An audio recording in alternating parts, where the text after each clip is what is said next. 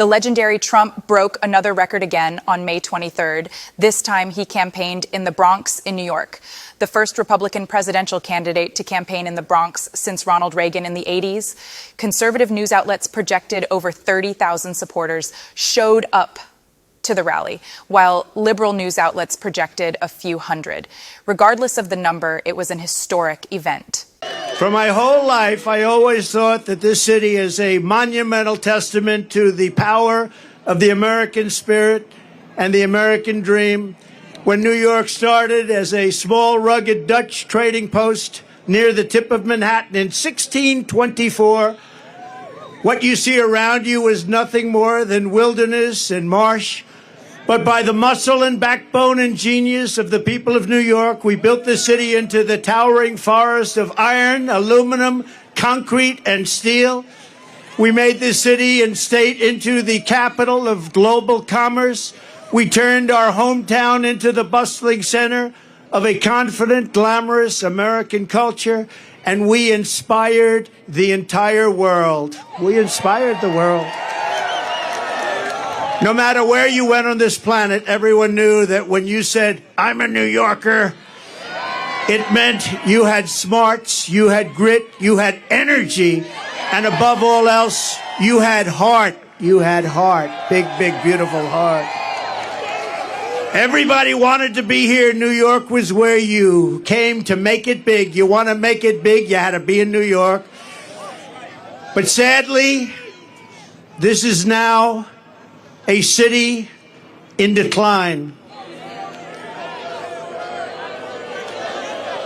Throughout my life, I've seen New York through good times and bad, through boom times and crime waves, through market crashes and terrorist attacks, but I've never seen it quite like this.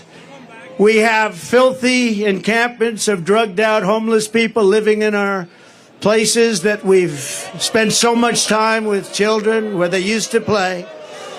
We have lunatics killing innocent bystanders by pushing them onto the railroad tracks for sport. It's a sad thing. Don't worry. It gets positive. Don't worry. It gets so positive. Remember, we're going to win. We're all winners. We're going to win so big, we're going to make it bigger and better than ever before. Remember that. Political commentator Scott Adams compared Trump's historic Bronx speech to a tennis match in which one player goes after the other player's strong position in an attempt to demoralize the other player when he loses. If he kills it in the Bronx, and he might, that's really going to change the frame, isn't it? The level of confidence that shows is really infectious. Don't you love to watch Trump walk toward trouble? It's my favorite thing. I want to see him meet Kim Jong-un. I want to see him meet Putin. I want to see him meet Xi. And I want him to do a rally in the Bronx.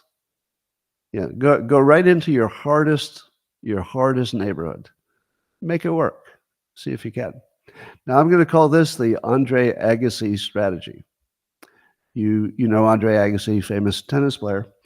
And he had a strategy that if he played a player, let's say, who had a strong forehand, but their backhand wasn't as strong, the normal way people play that is they would hit to the person's backhand all day long because that's their weaker shot.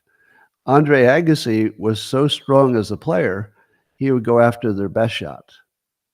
And the reason is, if he could take a chunk out of their best shot, it would destroy their confidence, and basically they'd collapse. If you go after their weak shot, they expect it, and they also get better at hitting it during the game, because you're literally giving them practice at their weakest shot, so they have a chance of playing their way into it. But if you go after their best shot, and the other person knows they're doing it, and they say, "Wait a minute, you're hitting to my forehand." That's crazy. Oh shit, you just made the point. Okay, but this won't work. You're still hitting to my best shot.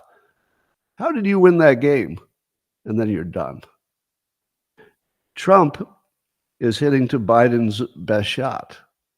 He's going into the Bronx.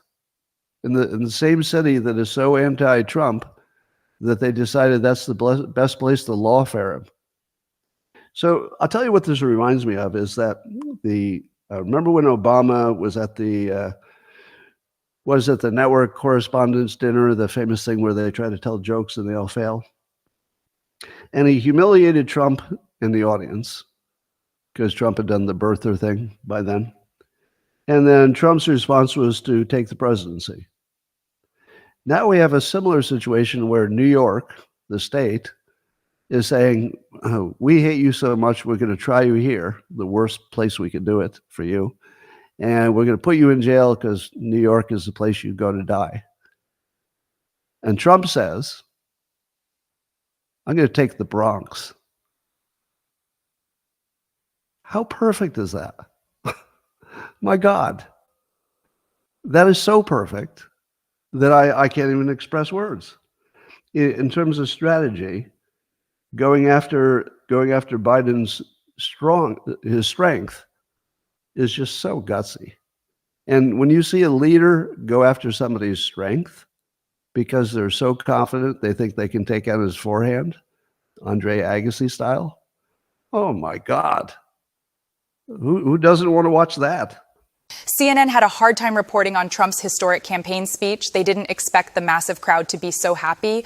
One man was having so much fun in the background, it distracted viewers from their propaganda. What was the crowd like and what kind of response did he get? Well, certainly a bigger crowd than I think Democrats would like to see, particularly given this is one of the bluest counties in the entire country. Now, one of the things that was interesting to me is that the Trump campaign said that they were going to micro-target to get people from the community to come to this rally. I wasn't sure what to expect. I've gone to a lot of these rallies across the country, and there are often people who travel hundreds of miles to see Donald Trump, and they're not necessarily part of the community. However, one of the things that I found was that there were a lot of people here that were actually from the Bronx. Meanwhile, Biden delivered remarks on the PACT Act by saying, quote, because of this, after I signed the PACT Act into law. Let me close with this. After I signed the PACT Act into law. That does it for today's newscast. I'll end this video with a helpful tip for all of you fat women to lose some weight. How do you stay so skinny and so petite and so itty bitty Minecraft skeleton like Carmella? How do you do it? That's what they always ask me. That's the question I get every day. And it's because of my diet. And I'll tell you what I do. Every time I go to eat, every time I get hungry, I think about him with another woman in the last woman who he. And then I lose my appetite. That's the secret.